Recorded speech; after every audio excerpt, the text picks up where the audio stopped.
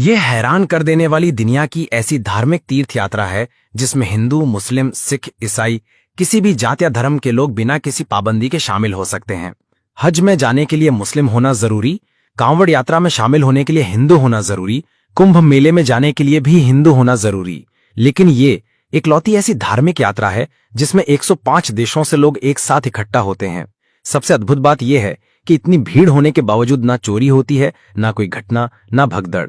यहाँ हर तरफ अमन, मोहब्बत और इंसानियत की मिसाल देखने को मिलती है।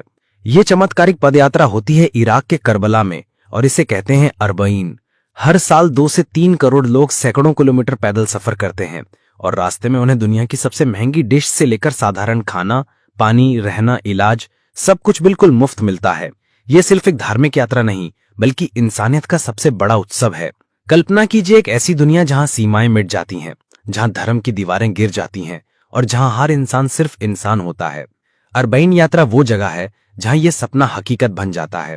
यहाँ हिंदू पंडित अपनी पगड़ी पहने चलते हैं, सिख भाई अपनी किरपान के साथ कदम मिलाते हैं, ईसाई पादरी क्रॉस थामे आगे बढ़ते हैं और मुस्लिम, नास्तिक, यहूदी सब एक साथ एक ही धुन में इमाम हुसैन की याद में पैदल चलते हैं। ये यात्रा सिर्फ एक पदयात्रा नहीं है, ये इंसानियत की जीत है जहां 105 से ज्यादा देशों के लोग अलग अलग भाषाओं, संस्कृतियों और विश्वासों के बावजूद एक हो जाते हैं। दुनिया के बाकी तीर्थ स्थलों पर जहां प्रवेश के लिए धर्म की जांच होती है, वहां अरबईन सबके लिए खुला है, जैसे स्वर्ग के द्वार जो हर प्राणी के लिए खुले हों। और सबसे हैरान करने वाली बात, इतनी विशाल भीड़, 2 से 3 करोड़ लोग जो अगर एक लाइन में खड़े हो जाएं तो पृथ्वी को कई बार लपेट लें, लेकिन यहां कभी चोरी नहीं होती, कभी लूट नहीं, कभी झगड़ा नहीं। जहां दुनिया की अन्य रैलियों या मेलों में हजारों की भीड़ में ही भगदड़ मच जाती है, वहां करोड़ों की भीड़ में शांति का समंदर बहता है। कोई अपना पर्स गिरा दे तो लोग उसे उठाकर लौटा देते हैं, कोई थक जाए तो अजनबी उसे कंधा दे देते हैं। ये यात्रा इंसानियत की उस ऊंचाई को छूती है जहां नफरत की कोई जगह नहीं, सिर्फ प्यार और करुणा का राज है। इराक जो दुनिया की नजरों में युद्ध और तबाही का प्रतीक है, यहां इंसानियत का स्वर्ग बन जाता है। करबला की धरती जहां 1400 साल पहले खून बहा था, आज मोहब्बत की नदियां बहाती है। अरबईन 40वां दिन, इमाम हुसैन की शहादत के 40 दिन बाद, जब दुनिया भर से लोग इकट्ठा होकर उनकी याद में रोते हैं और चलते हैं। ये यात्रा सिर्फ पैदल चलना नहीं है, ये एक क्रांति है, एक आंदोलन है जो बताता है कि इंसानियत अभी जिंदा है। हर साल 2024 में तो 21 मिलियन से ज्यादा लोग शामिल हुए और 2025 में अनुमान है 25 मिलियन तक पहुंच जाएगी। ये संख्या इतनी बड़ी है कि हज, कुंभ मेला या किसी भी विश्व कप को पीछे छोड़ देती है। हज में जहां मुसलमानों को ही जाना पड़ता है, कुंभ में हिंदुओं को, लेकिन अरबईन में कोई बंधन नहीं। यहाँ ईरान से, पाकिस्तान से, भारत से, अमेरिका से, यूरोप से, अफ्रीका से, हर कोने से लोग आते हैं।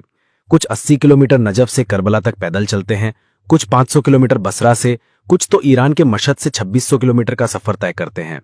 ये पैदल यात्रा इतनी लंबी है कि पैरों में छाले पड़ जाते हैं, धूप में शरीर जल जाता है, लेकिन दिल में जो सुकून मिलता है वो दुनिया की कोई दौलत नहीं दे सकती।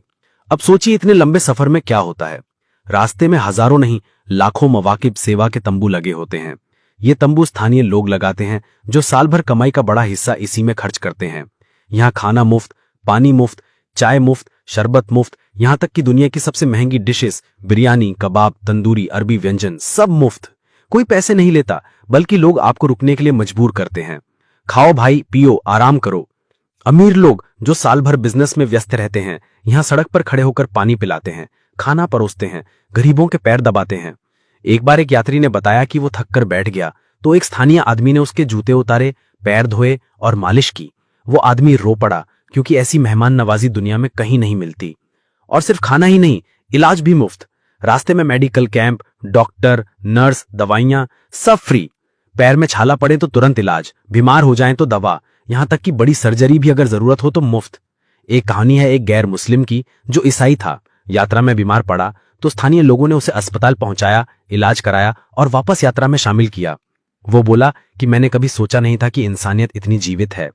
ये यात्रा जहां इंसानियत सिखाती है, वहीं ये भी दिखाती है कि पैसा सब कुछ नहीं, सेवा और मोहब्बत सब कुछ है।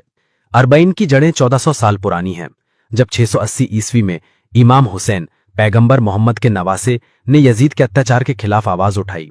करबला के मैदान में उन्होंने अपने परिवार और 72 साथियों के साथ शहादत दी। पानी तक न दिया गया, लेकिन उन्होंने झुकना नहीं सीखा। उनकी बहन जैनब ने इस कहानी को दुनिया तक पहुंचाया और आज अरबईन उस बलिदान की याद है। ये सिर्फ शोक नहीं बल्कि न्याय की पुकार है, अत्याचार के खिलाफ विद्रोह है। इमाम हुसैन की शहादत ने दुनिया को सिखाया कि सच्चाई के लिए मरना भी जीना है। और आज ये यात्रा उस संदेश को जीवित रखती है, जहां लोग पैदल चलकर कहते हैं, हम हुसैन के साथ हैं। यात्रा के दौरान जो नजारे देखने को मिलते हैं वो चमत्कार से कम नहीं। लाखों लोग काले झंडे लेकर चलते हैं, मातम करते हैं, नौहे पढ़ते हैं। रात में ठंड, दिन में गर्मी, लेकिन कोई शिकायत नहीं। एक बार एक विकलांग व्यक्ति को देखा गया जो व्हील चेयर पर 80 किलोमीटर का सफर तय कर रहा था और लोग उसे धक्का दे रहे थे। बच्चे पानी बांटते हैं, बूढ़े दुआएं देते हैं।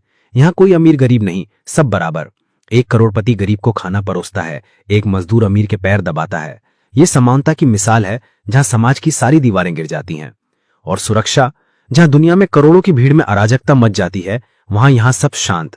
इराक सरकार लाखों सैनिक तैनात करती है, लेकिन असली सुरक्षा लोगों के दिलों में है। आतंकी हमलों की कोशिश हुई, लेकिन लोगों का हौसला नहीं टूटा। 2012 में बम धमाके हुए, लेकिन अगले साल और ज्यादा लोग आए। ये डर पर जीत है, नफरत पर मोहब्बत की जीत है। अरबईन बताता है कि शांति संभव है अगर दिल साफ हो। अब कुछ व्यक्तिगत कहानियां सुनिए जो इस यात्रा को और जीवंत बनाती हैं। एक कोलंबियाई महिला लिजिथ डियाज, जो मुस्लिम नहीं थी लेकिन यात्रा में शामिल हुई, वो कहती है, मैंने कभी इतनी ऊर्जा महसूस नहीं की। शरीर थकता है लेकिन आत्मा उड़ती है। एक अन्य कनीज फातिमा अलवी, जो गर्मी में चली, बोली कि गर्मी 45 डिग्री थी लेकिन दिल में ठंडक थी। एक क्रिश्चियन ग्रुप ने कहा कि हमने कभी ऐसी निस्वार्थ सेवा नहीं देखी। एक हिंदू पंडित ने बताया कि वो इमाम हुसैन के बलिदान से प्रेरित होकर आया और यहां उसे घर जैसा लगा। ये कहानियां बताती हैं कि अरबईन धर्मों की सीमाओं से परे हैं, ये मानवता का उत्सव है। 2024 की यात्रा में तो रिकॉर्ड टूट गया, 21 मिलियन लोग आए और 2025 में 25 मिलियन तक पहुंच जाएगी। ये संख्या इतनी बड़ी है कि भारत से लाखों लोग गए, तिरंगा लहराते हुए। फिलिस्तीन के समर्थन में झंडे लहराए गए, गाजा के दर्द को याद किया गया। ये यात्रा सिर्फ धार्मिक नहीं, सामाजिक और राजनीतिक भी है, जहां न्याय की बात होती है। इराक, जो युद्ध से गुजरा, यहां शांति का प्रतीक बनता है। अरबईन हमें सिखाता है कि दुनिया में अभी अच्छा ही बाकी है।